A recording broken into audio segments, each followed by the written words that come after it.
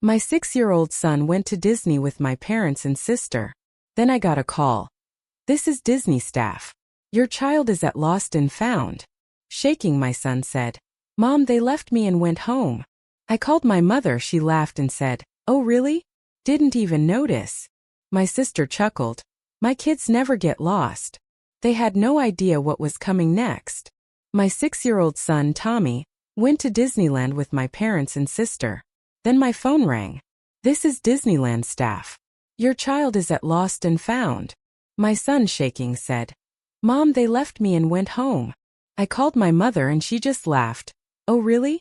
Didn't notice. My sister chuckled. My kids never get lost. They had no idea what was coming. That June morning, the sun shone down on North Rexford Drive, where grand mansions line the streets of Beverly Hills. Jennifer watched her husband, Michael Miller, drive off to work in his beloved Lexus RX, then returned to the kitchen. She carefully packed Tommy's lunchbox with organic vegetables and bread from Trader Joe's, celery and carrot sticks, a turkey sandwich on whole wheat, and fresh blueberries, all chosen for her growing child's health. Mom, I love today's sandwich. Tommy burst into the kitchen, wearing his bright red Spider-Man t-shirt, his face beaming. Jennifer gently stroked his head as she lovingly placed the sandwich in his lunchbox. What are you learning today? Math, and we're going to read English books too. The teacher said I'm really good at reading. Tommy puffed out his chest proudly. Though only in first grade, he was already reading at a second grade level.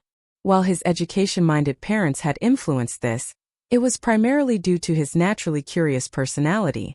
This peaceful morning scene was typical for the Miller family. Jennifer earned $80,000 annually as a luxury real estate agent, while Michael brought in $120,000 as a department head at a major construction company. Though not wealthy by Beverly Hills standards, they were a family bound by genuine love. Meanwhile, Jennifer's mother, Patricia Henderson, was a well-known figure in Beverly Hills charitable circles.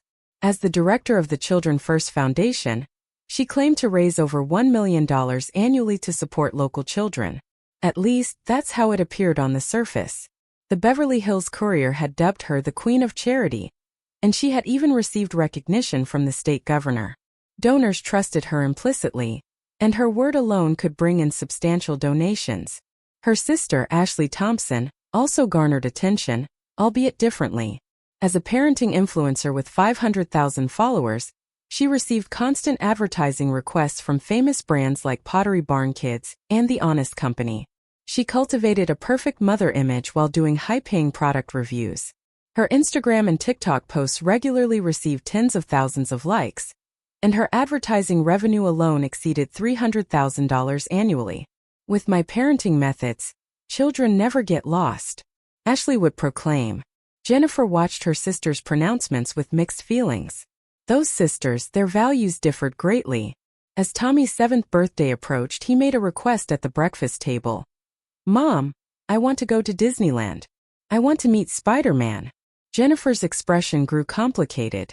She had an important meeting scheduled at Coldwell Banker Real Estate that day, a $25 million property deal representing 40% of her annual sales, one she couldn't refuse. We'll take him, Patricia offered, and Ashley nodded in agreement with a smile.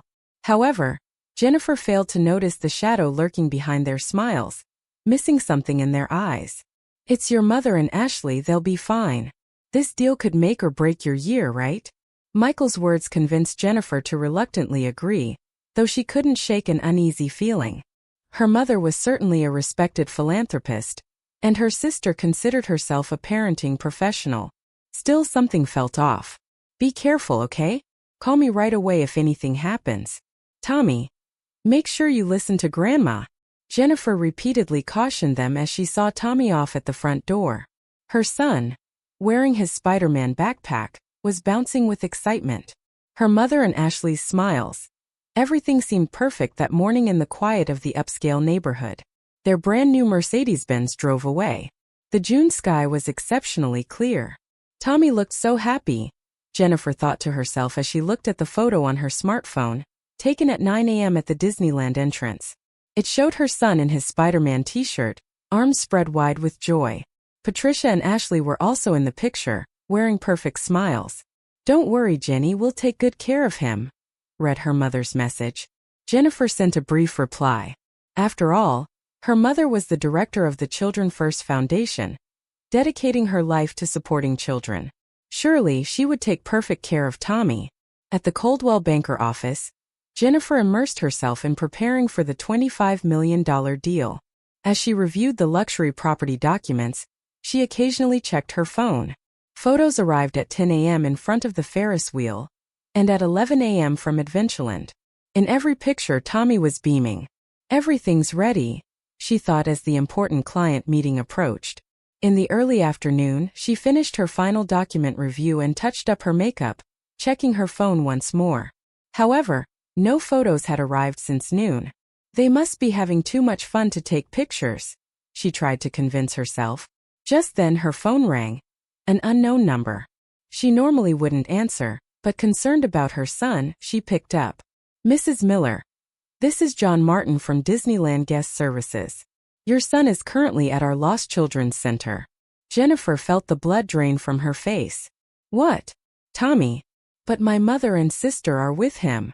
"Your son was found alone near Adventureland about 30 minutes ago by our staff. He's currently being cared for at the Lost Children's Center." With trembling hands gripping her phone, Jennifer caught her breath. "Can I speak with Tommy?" "Of course." Through the receiver came her son's voice, choked with sobs.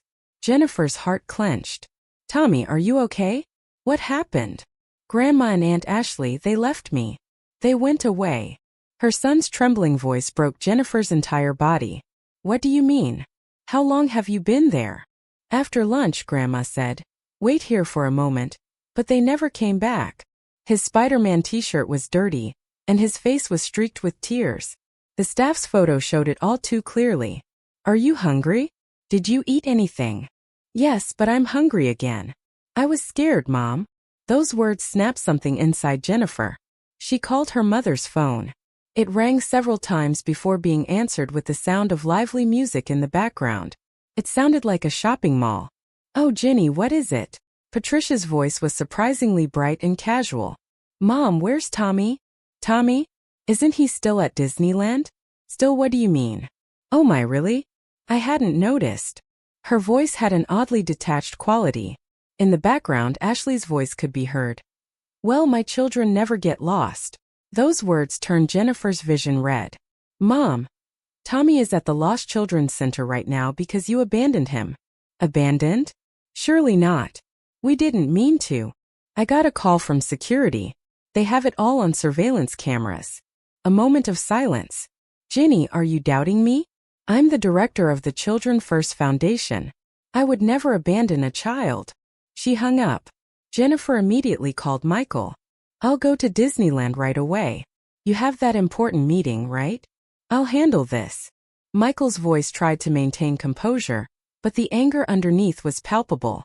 She could tell he was desperately controlling his emotions with the self-discipline he developed as a construction company department head. She contacted the Disneyland staff again. They explained the details. Tommy showed signs of mild dehydration and psychological shock, but fortunately had no serious injuries or health issues. The surveillance footage clearly showed Patricia and Ashley intentionally abandoning Tommy. "Mrs. Miller, let me explain your son's situation in detail," the veteran staff member said calmly. "Around 2:15 p.m., your son was having lunch with his grandmother, an aunt near the restaurant in Adventureland. Afterward, they told him, 'We'll be right back,' and left, never returning." As she listened to the explanation, Jennifer gripped her designer bag on the desk tightly. The sleeve of her theory suit trembled slightly. "Our surveillance cameras recorded the two of them heading toward the park exit. They showed no signs of hurry. In fact, they were chatting as they walked." Those words nearly made Jennifer's anger explode, but she had to contain it. She had a $25 million deal ahead of her. She couldn't let emotions take over. "Tommy, Dad will be there to pick you up soon. Everything's going to be all right now." While encouraging her son over the phone, Jennifer heaved a deep sigh. She intuitively knew that from this day forward, something would change dramatically. The morning scenes in their upscale neighborhood would never be the same again. Looking at her meeting materials, Jennifer made an internal vow. She would make them pay. Her mother and sister would face consequences for their cruel act. While her son's emotional care was the top priority now, this incident could not go unaddressed. Michael Miller was running at full speed toward Disneyland's Lost Children's Center. His position as department head at Constructive Futures and his expensive suit meant nothing now. His mind was focused solely on his son. "Daddy!" Tommy's voice echoed in the hallway. Michael embraced the small body that burst out of the Lost Children's Center with his entire being. The Spider-Man t-shirt was dirty, and his eyes were red from crying. Still, relief spread across Tommy's face at the sight of his father. "Everything's okay now. Daddy's here." While holding his son, Michael bowed deeply to the attending staff. John Martin, the veteran staff member, explained the details of what they found in the surveillance footage. At 2:15 p.m., after having lunch at the restaurant in Adventureland, Mrs. Patricia and Mrs. Ashley told your son to wait here and left the area. The footage played on a large screen at the restaurant terrace. Patricia had her hand on Tommy's shoulder. Ashley appeared to be filming something with her smartphone. At 2:30 p.m., they passed through Main Street. By this point, they were already heading toward the park exit. The footage was crystal clear. Patricia and Ashley were walking while having what appeared to be a pleasant conversation, as if Tommy wasn't even on their minds. At 2:45 p.m., our exit security cameras captured them heading to the parking lot. During this entire time, they showed no signs of looking for your son. Michael's face hardened. His wife's mother and sister-in-law had intentionally abandoned his son. This fact was clearly proven by the surveillance footage. "Daddy, did I do something wrong?" Tommy's trembling voice squeezed Michael's heart. His young son had been wondering if he was somehow at fault. "No, Tommy, you didn't do anything wrong. Grandma and Aunt Ashley made a terrible mistake." Just then Michael's smartphone rang. The screen displayed William Henderson Sr., Tommy's great-grandfather, Patricia's father. The 86-year-old real estate mogul seemed to have already grasped the situation. "Come to my house immediately. We need to talk." Upon arriving at the Beverly Hills mansion, a butler quietly led them to the reception room. William Henderson Sr. sat in a heavy leather chair. Next to him was Howard Henderson, senior partner at the prestigious law firm Henderson & Partners, Patricia's husband, and Tommy's grandfather. "My daughter, to think she would abandon her own grandson."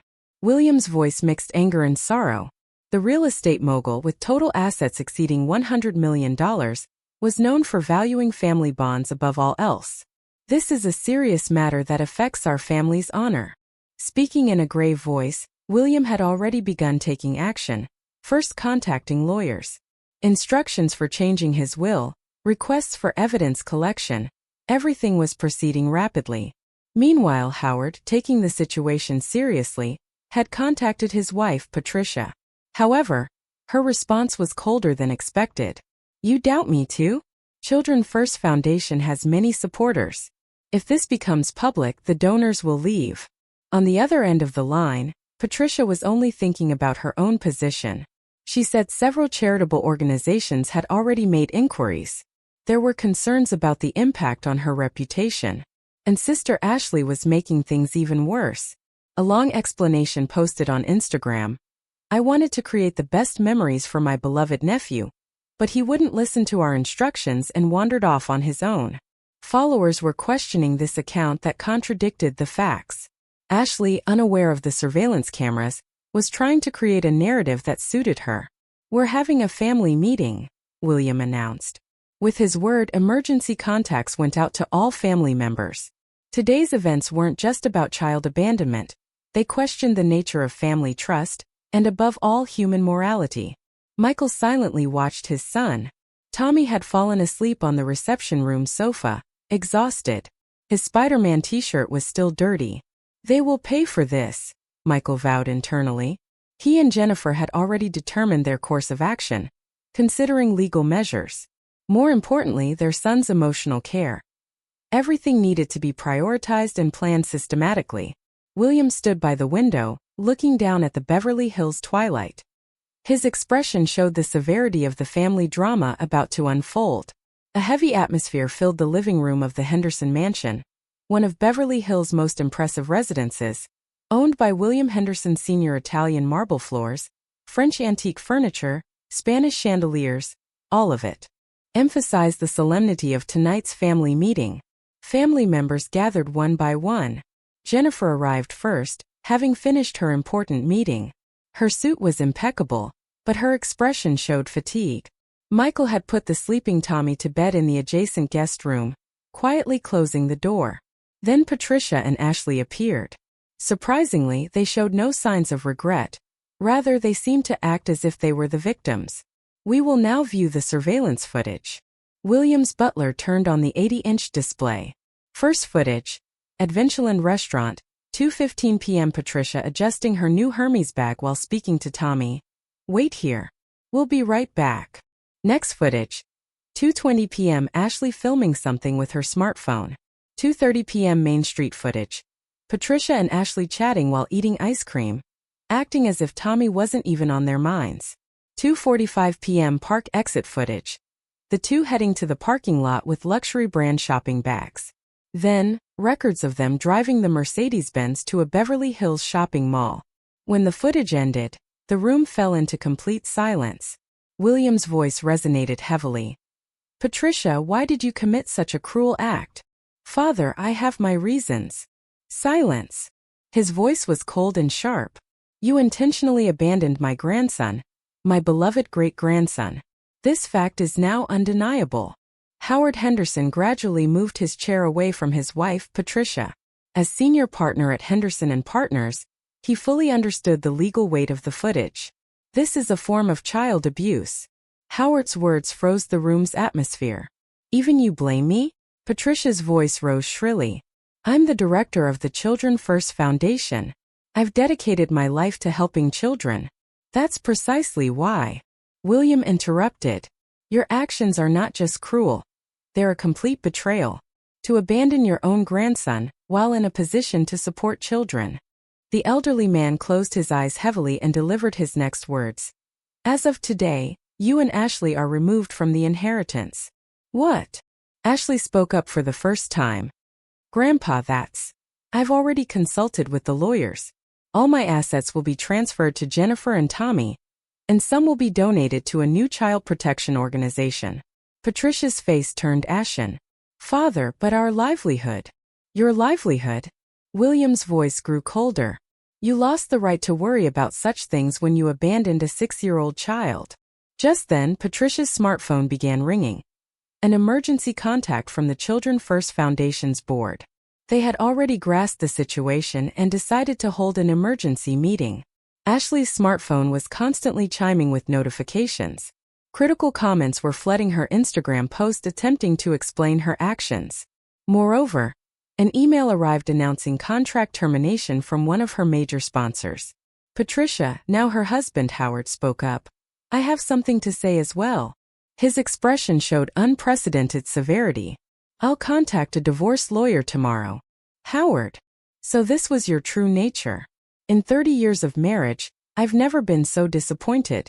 Though maintaining his dignity as senior partner at Henderson & Partners, his voice was filled with sadness. Meanwhile, the media had begun moving quickly. A reporter from the Beverly Hills Courier requested an interview with Patricia. Investigation of the Children First Foundation had also begun.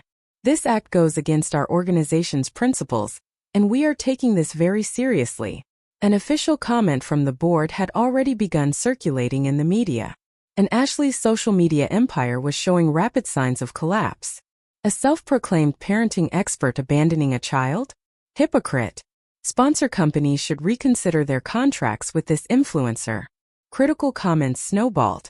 Led by Pottery Barn Kids, major sponsors announced contract terminations one after another. Her 500,000 followers dropped to 300,000 within 24 hours. This is just the beginning, William said. No one could argue with his words. Night crept into the mansion's living room. The chandelier light illuminated Patricia and Ashley's pale faces. No one stood by them. The former queen of high society and popular influencer found themselves completely isolated. In the adjacent room, Tommy was sleeping peacefully. Jennifer had changed him into a fresh Spider-Man t-shirt. His small body seemed to have finally found peaceful rest. The family meeting continued late into the night. Throughout, Patricia and Ashley's phones kept chiming with notifications, public criticism, contract termination notices from sponsors, interview requests from media. The collapse showed no signs of stopping. 1 year later, the aroma of coffee wafted through the kitchen of their new Beverly Hills home. "Mom, make a sandwich for Dad too." Tommy's voice rang out cheerfully. In his Spider-Man pajamas, he peered at Jennifer's hands from across the kitchen island. "Of course, I'll make sure to make one for Dad too." She layered fresh vegetables and turkey between slices of organic bread from Trader Joe's. The morning scenes of the past were gradually returning. 1 year since the incident. During that time, the family had changed significantly. First, Jennifer established her own real estate agency. Miller Family Real Estate had already earned a solid reputation in Beverly Hills. Great-grandfather William's trust and support had been a tremendous help. Michael was promoted to vice president at Constructive Futures. His determination to protect his family and sincere dedication to work had earned him this advancement. Most notably, Tommy had changed. Through twice-weekly counseling, his trauma gradually healed. The bright smile of the Spider-Man-loving boy had returned. "Mom, I'm okay now."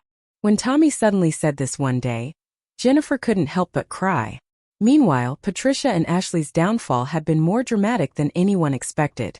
The Children First Foundation decided to dismiss Patricia. Major donors unanimously withdrew their support. "We cannot accept someone who committed such an inhumane act of abandoning a child leading a children's support organization." The donors' verdict was harsh. Ashley's social media followers dropped by over 90% in just 2 weeks. Her brand as a parenting influencer completely collapsed. All contracts with sponsor companies were terminated. Her glamorous life with an annual income of $300,000 vanished in an instant. The two now reportedly lived in a small apartment in San Fernando Valley, a modest life far removed from luxury. Patricia, who developed depression, rarely went out. Ashley, unable to find new work, spent most of her days as a shut-in. They brought this on themselves. Howard's words seemed cold but rang true. After the divorce, he maintained his position as senior partner at the law firm and began a new life. Every weekend, family dinners were held at Williams' mansion. The 86-year-old real estate mogul cherished his time with his great-grandson Tommy above all else. "It was the wisest decision of my life," Williams said about changing his inheritance. The majority of his assets, exceeding $100 million, would be entrusted to Jennifer and Tommy. Part of it was used to establish a new child protection foundation, the New Dawn Foundation. The name embodied the family's determination to greet a new morning. Drawing from the abandonment incident experience, it focused on providing emotional care for children. Jennifer served as one of the directors involved in its operations. "I've learned the difference between genuine love and false love," Jennifer said in an interview. The foundation would fight against the cruelty lurking behind superficial kindness, against adults who hurt children for the sake of social status and appearances. The Beverly Hills morning sunlight remained as bright as ever. "Dad's home."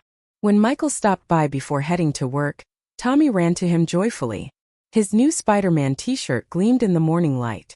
"We're going to Grandpa's house tonight, right?" The family of 3 nodded with smiles at Tommy's question. Their relationship with Howard had actually deepened after the incident. His love for his grandson had become more genuine than ever. The scent of homemade sandwiches filled the kitchen. On the living room wall hung a frame with the New Dawn Foundation principles. "Protecting those we love sometimes requires painful choices, but those choices bring forth a new morning." These words quietly told the story of their journey over the past year. Outside the window, the California sun was rising. It marked both an ending and a beginning. It was light announcing the dawn of a new story, guided by genuine love.